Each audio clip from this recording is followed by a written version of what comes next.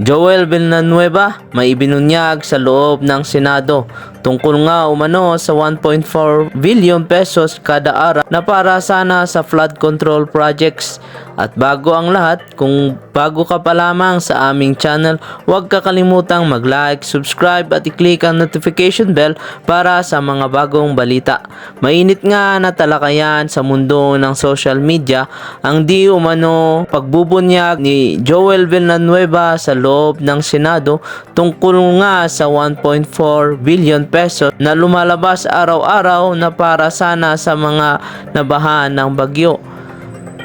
Ayon nga kay Villanueva, nakakapagtaka sapagkat sa laki umano ng budget para sa flood control ay bakit sa tuwing babagyo o malakas na ulan ay binabaha ang kalawakan ng Maynila. Dito nga natin makikita na sa laki ng lumalabas na budget ay wala silang maipakita na resibo kung saan nila ginagastos ang 1.4 billion pesos na lumalabas kada araw. Ang balitang ito nga ay nagbigay ng iba't ibang komento sa social media. Nabanat ng isang netizen na dapat sa laki ng budget makikita at mararamdaman ang resulta lalo na sa madalas bahain. Dagdag pa ng isang netizen na dapat imbestigahan yan ng maayos kasi walang nangyayari sa flood control projects kahit ang laki ng budget para rito. Kung ikaw ang tatanungin, binulsa kaya ang 1.4 billion pesos na lumalabas kada araw para sa flood control project? I-comment mo lang sa comment section ang iyong sagot at ating tatalakayin. Heto at panoorin natin ang buong video. At bago tayo magpatuloy, huwag kakalimutang mag-like, subscribe at i-click ang notification bell para sa mga nagbabagang balita. Amy, Senator Nancy, our Majority Leader, Senator Tolentino, our Deputy Majority Leader, Senator JV, sa ating pong mga resource persons, hayaan yung i-acknowledge ko po yung tatlong secretary na nakikita ko, Secretary Bonoan, Secretary Loizaga, Secretary Borge, of course si Chairman Artes ng MMDA. Magandang umaga po sana sa atin lahat. Hindi ko po alam kung paano ako magsisimula sapagkat isang taon na yung nakakaraan. Natitempt po ako na i-play na lang yung opening statement ko last year because it's still timely, very timely. And I remember saying na panay-hearing kami dito, and I remember saying na some people would think na hanggang hearing na lang kami. And that was last year. Ngayon parang pati ako nakukonvince na rin. Mr. Chairman, nung Monday po nag-deliver tayo ng privilege speech dito sa plenaryo ukol po sa usapin ng matinding pagbaha. Ang title nga nung privilege speech natin, Anli Baha. Kaya nagpapasalamat tayo kay Chairman Revilla sa pagpapatawag muli ng pagdinig nito. Sana po itong Anli hearings tungkol sa Anli Baha magkaroon na ng pangmatagalang solusyon. Dahil yung Anli hearings mahirap at masakit din po pakinggan, lalo na sa isang public servant who hails from the province of Bulacan na laging hinihingan ng resibo kung ano na yung nagawa or po pwede pang magawa doon sa aming lalawigan. Hindi po ako magtatagal sa aking opening statement. I'd rather hear the reports coming from different agencies of the government and perhaps ask questions. Tulad po ng mga nabanggit ng aking mga kasamahan at nabanggit natin dun sa privilege speech natin nitong nakaraang Lunes, nais po nating malaman yung mga sumusunod, no? Una, doon sa zona ng ating Pangulo. Nako! At report ng DPWH, 5,500 plus flood control projects ang natapos na. We wanted to find out kung nasan po ito at yun po ba kumpleto at integrated sa isang master plan, kasi kung hindi, baka baliwala. Ano ba yung real status ng flood management master plan? Pinakitaan po ako ni Senator Amy noong 1972 na meron pong Executive Presidential Decree number 18 na imagine po, nag-establish na ng Metropolitan Manila Flood Control and Drainage Council. And the chairman kanina made mention about the 1.14 trillion pesos na ginastos natin the past 10 years. Inaaral ho natin gusto yung mga budget ng iba't ibang ahensya ng pamahalaan. Pagsamahin na natin ng DPWH, climate change, MMDA, DENR, etc. Tumataginting po na 1.44 billion pesos a day. Patay! 1,440 million a day Boom! Boom! na flood control project. I mean, gaano ho kaya kasakit ito pagka ikaw ay hanggang ngayon may tubig baha sa loob ng bahay mo, wala kang kuryente, pag magtitimpla ka ng kape, lulusong ka sa baha dahil bababa ka ng bahay mo. Naranasan ho namin ito, Your Honors, kaya hindi nyo pwedeng sabihin na wala akong karapatan. Hindi ko sinasabing mabigat yung naranasan namin dahil sa bahay namin sa Bukawi, mismo may baha po sa loob ng mismong bahay namin at sa labas po lampas tao na. Mr. Chairman, bakit ba napakalaki ng pondo na binibigay natin sa flood control kung hindi naman natin napag-aaralan pala? Because it appears parang hindi napag-aaralan. Now, if you look at the feasibility study, Mr. Chairman, gusto ko malaman, epektibo ba itong mga feasibility study na ito? Because this year alone, meron pong 23 billion na nakalaan for feasibility study dito lang po sa DPWH. Kailan po ba talaga magkakaroon ng clear-cut policy? Binabanggit nyo kanina, yung reclamation. I have nothing against reclamation pero wala pa ho akong nakitang reclamation na effective eh. Siguro, I just need to be convinced na tama itong direksyon na ito. Dahil if you look at here in the Senate, kami ho sa Senado, meron po kaming group chat eh. For the first time, naranasan ng Senado na halos hanggang baywang yung baha dito ho sa labas namin. And lahat po kami nagtataka kasi parang first time ito, ang laki, ang taas ng tubig. And then you look at outside the Senate, wala na yung Manila Bay, Manila Sands na.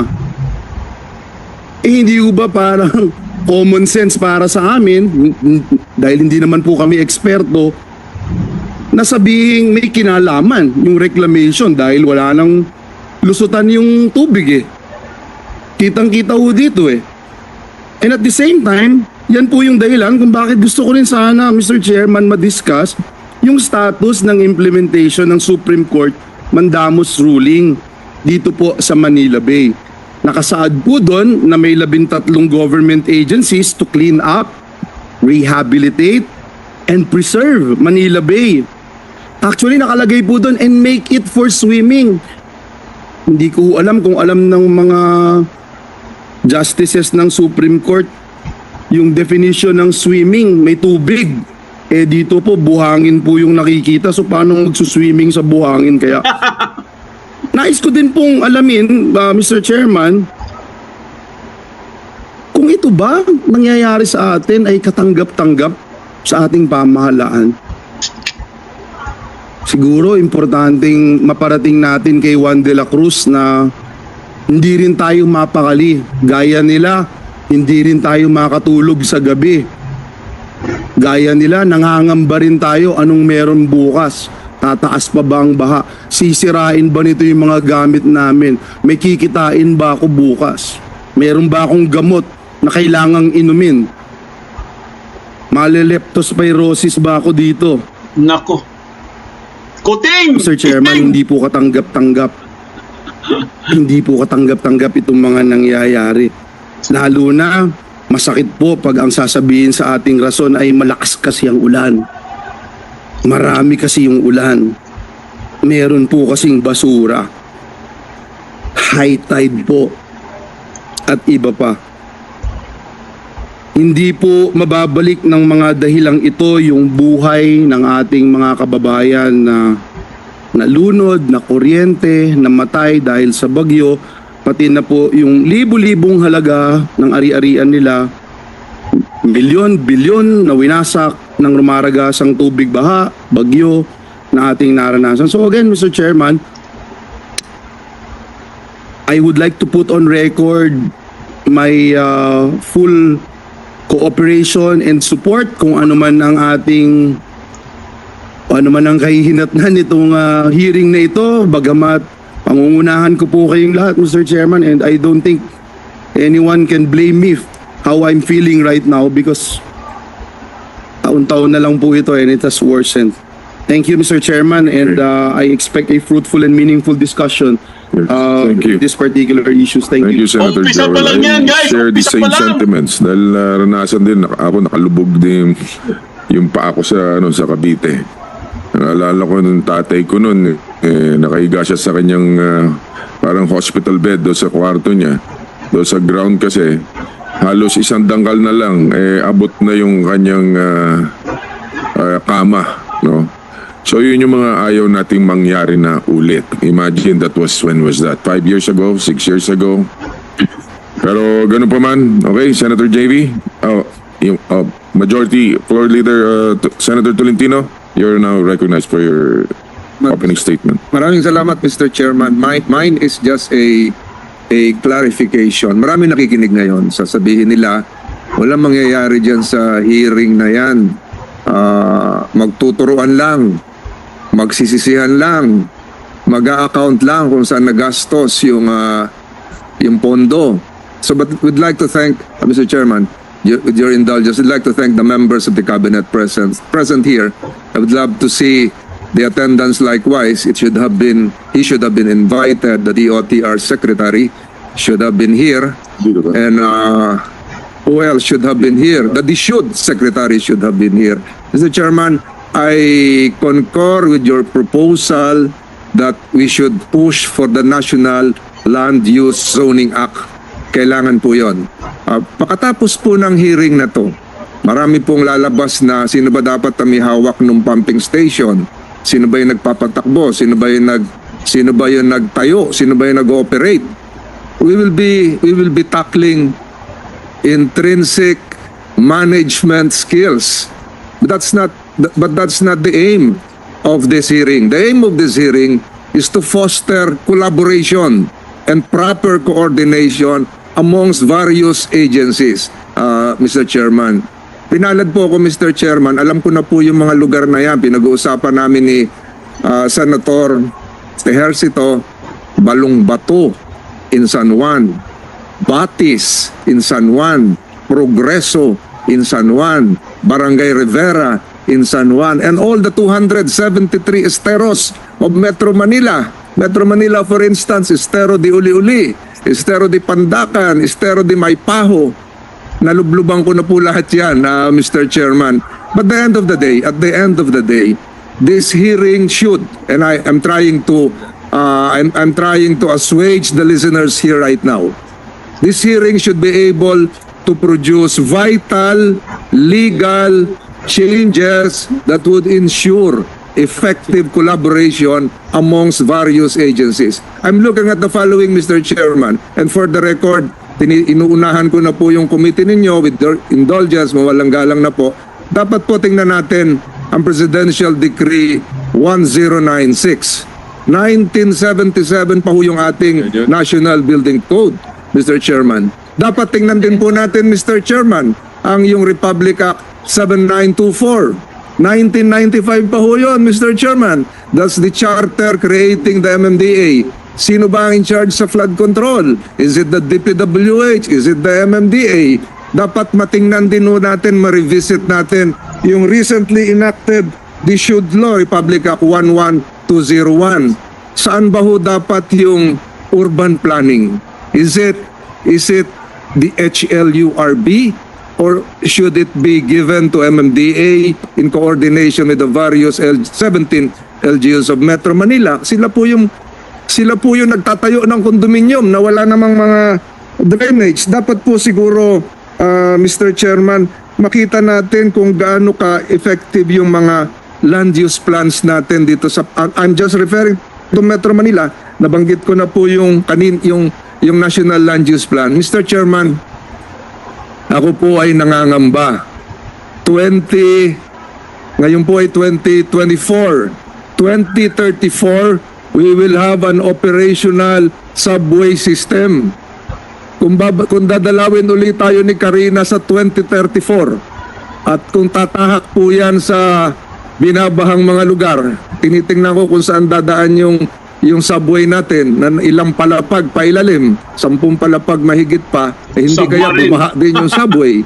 So we have to look forward, Mr. Chairman. Mr. Chairman, Pare na lang. ultimately, this hearing should produce a collective focus amongst agencies. Mamaya mag-aaway kayo eh. Kaya siguro pinagtapat na kayo dyan sa magkakaharap kayong ganyan. Hindi po ito boxing ng Paris Olympics. Ang kailangan po dito is collaboration. The Filipino people deserve nothing less. Ang kailangan po makita nila paano po tutugunan yung mga darating pang mga bagyo. Hindi ko po pinagyayabang nung panahon namin ni Senator Ejercito ay wala pong bahanon sa San Juan. Wala pong bahanon sa Marikina. Marikina, tayo po yung yung ruler na nasa Santo Niño River, malapit sa Provident Village, malapit sa Concepcion 1. Tayo po yung nagpalista-lista yon. Nagpaguhit-guhit na ruler doon. At the end of the day, the Filipinos who are listening right now are wanting, are craving for a solution. Hindi po yung away-away. I yield the floor, Mr. Chairman. Maraming salamat po. I yield the floor. Thank you. Na, Okay. mag-uumpisa na, guys. Thank you, Senator Tolentino. Senator JV. Thank you, Mr. Chairman. Magandang Maganda umaga na. po muli. Nandito na naman po tayo. Hindi ako nagkakamali. Gaya naman nabanggit ng aking kaibigan at seatmate, Senator Villanueva, ay halos pareho din yung problema. Pareho din yung mga circumstances. Siguro kung meron mang talaga na apektuhan dahil sila po ay talagang lubog sa Bulacan. Mr. Chair, ang mahirap talaga po dito, yung ang gusto natin malaman ngayon, hindi tayo magsisisihan, pero kung ano, moving forward, ano ba talaga ang mga solusyon na dapat natin tignan. Dahil yung isang taon, pinag-usapan naman natin na ito sa committee ito. Ngayon, andito na naman po tayo talking about the same problems. Nabanggit po na halos 3 billion ang 300 billion ang budget para sa flood control. That's 1 billion a day, pero tila ano ba nangyari? Saan ba nagkukulang? Wala ba talaga tayong master plan? Patsi-patsi ba ang ating mga flood control programs? Pinaghati-hatian ba? Yun ang gusto natin malaman ngayong umagang ito. Mr. Chair, kanina po nabanggit ni Senator Tolentino nung siya po ay chairman ng MMDA, yung flood control projects ng Metro Manila, ay ako po yung nagkataon na mayor na nag-congressman, no? And na may pagmamalaki po natin, we were able to put up pumping stations in strategic areas sa San Juan, doon sa malulayong areas, lalo na sa mga basin. At sa totoo lang, yung dating 15 to 20 foot na mga bahaing lugar, inawala na po yun, no? Kaya lang meron pong isa na naiwan po doon, alam po ni Secretary Bunuan yan, na 2 taon ko na pong pinalalagyan, kinukulit na mailagay, pero unfortunately ito po ay naiirata. Nasa halip na pumping station ang ilagay, napapalitan ng drainage improvement, napapalitan ng slope protection, kaya hindi po matatanggal ang tubig doon. Ang magtatanggal po doon, yung pumping station. Ganun po sa pag-ikot din po ni Senator Revilla. Ako rin po yung nagkaroon ng pagkakataon, nakita natin ang Central Luzon at Metro Manila ay basin talaga, naiipon ng tubig. Ang kailangan gawin natin, matanggal ito. We need floodways, dikes, and water impounding. So siguro, dito papasok yung pinag-usapan kaninang master plan. In fact, Mr. Chair, the very first bill that I filed in this Congress is the Comprehensive Master Plan for Infrastructure Development. Sana po maipasa na po natin to nang sa ganun kung ano po ang mga national projects magtuloy-tuloy kahit sino po ang umupong Pangulo. Going back po doon sa isang sample na banggit ko po kanina, although it may be parochial, kung nangyayari po sa amin sa San Juan na paghahati-hatian sa halip na po masolusyonin yung problema, ito po ay nasa Metro Manila, much more in the provinces. Palagay ko ito yung dapat nating tignan, Mr. Chair, na yung pong master plan, yung pong mga big ticket items, yung mga floodways, dikes and water impounding areas, mga dams, na talagang dapat ito siguro high impact projects ang kailangan natin para matanggal ang tubig baha sa lalo madaling panahon. No, iba na po ngayon, tama, climate change. Ako'y mayor din nung may panahon ng Ondoy. Talagang kakaiba na yung amount ng rainfall, pero ang importante ito'y ilabas kaagad sa mga ilog, sa karagatan. So Mr. Chair, hindi na pa ako mapakaba. Ang importante ay marinig po natin ang mga ahensya at makapagtanong din at maliwanagan ang lahat sa atin ito. Maraming salamat. Okay, thank you, Senator JB. Bago tayo magkainitan dito, no?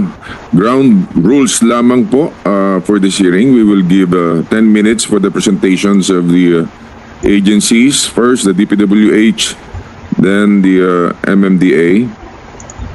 And ayan, para siguro DPWH, you have your 10 minutes. And then DNR, pakinggan din natin. Secretary Bonoan, you are now recognized. Thank you very much, Mr. Chairman and distinguished members of the committee, our beloved senators who are here present today, my colleagues in government, good morning po sa ating lahat. Well, first of all, Mr. Chair, we would like to express our appreciation for giving us this opportunity to discuss with your committee the programs and projects that are being implemented by the Department of Public Works and Highways in addressing the flooding problems throughout the country. Mr. Chairman, just to put it in proper perspective, the Department of Public Works and Highways core function and the basic mandate includes actually the planning, design, and construction and maintenance of national roads, bridges, and major and principal river basins throughout the country. Let me just point out that since I have already mentioned the extent of our responsibility at this point in time, there are 421 principal rivers, 421 principal rivers all over the country.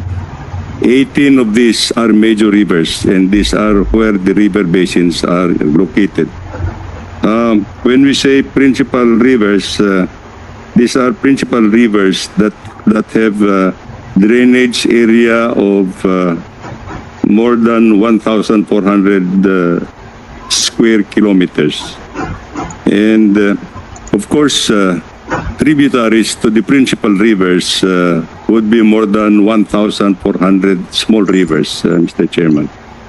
So just to give that in proper perspective. Under this administration, Mr. Chairman, which took over in July of 2022, we have continued to expand on the projects initiated in previous administration. This commitment to this is a commitment for the continuity and ensures ongoing projects are completed efficiently and effectively, thereby enhancing the flood management capabilities throughout the country. Since this administration took over in July of 2022, we reported that we have completed 5,521 projects. Let me clarify a little bit on this, Mr. Chairman. These projects extends back as far back as 2019. 2019 up to 2023. Up to 2023. Ako, Duterte na Many of these sisihin- projects sisihin niya. were suffered delays because of various factors, including the pandemic period of about 3 years. And when we came in, we continued on with these projects and completed. What we are saying now is that we have been able to complete all these projects that were implemented previously but were not completed by 5,521 projects, Mr. Chair. Let me clarify what are these projects all about. These projects are what we call the immediate relief projects for flood mitigation. At the same time, Mr. Chairman, when we came into July, we found out that there are several master plans already existing in the major river basins, in the 18 major river basins, in various stages of preparations. I have taken a look at all these river basins, and most of them, the master plans are still currently being updated at this point in time. Take into account actually the climate change phenomenon and other factors that have to be incorporated in the master plan. Chairman, Yes. just request the Secretary to submit to us the list of master plans Yeah. and what is the status of those master plans. Thank you, Mr. Can you Chairman. give us a copy of that list? Yes, Dami kasi yes, Mr. pasikot-sikot Chairman, eh. we will comply. Okay. Submit. Just but in Mr. Chairman, just one question. Are they integrated, Secretary? Master plan? Yes, to some extent, I would say, to some extent. Define some extent. To some extent, because there is a engineering component, there is a social component, and there is actually a environmental component in the master plans, Mr. Yes, without interrupting your briefing, but just to proceed logically and rationally. The 18 major river basins have been referred to repeatedly in the past, but you have also admitted on your part, Mr. Secretary, that they're in various stages of preparation and that in many cases they're not integrated. And that therefore, did they focus on flood-prone areas for social mitigation, also for the environment? The interventions, have they already been provided? Or are we still in the process of study? As your submission in the NEP would indicate, puro feasibility pa lang. Alin ba rito ang kumpleto na at pinagsama-sama ba to? Your Honor, as I mentioned, I think the updating of the master plan is still ongoing in some aspects.